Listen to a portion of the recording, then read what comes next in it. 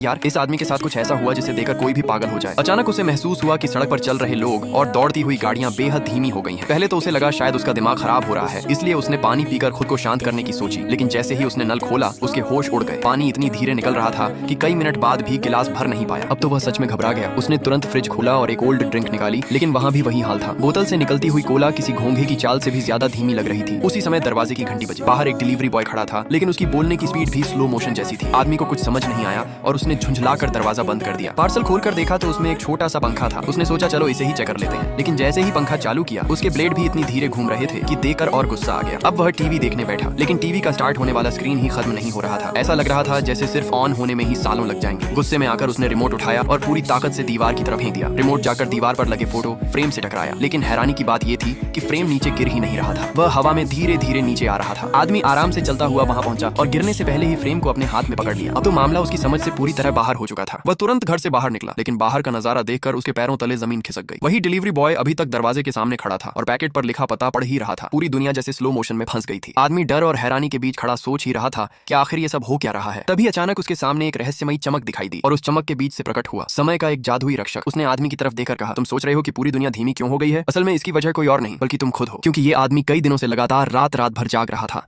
ठीक से सोता ही नहीं था और अब समय खुद उसे सबक सिखाने आया था।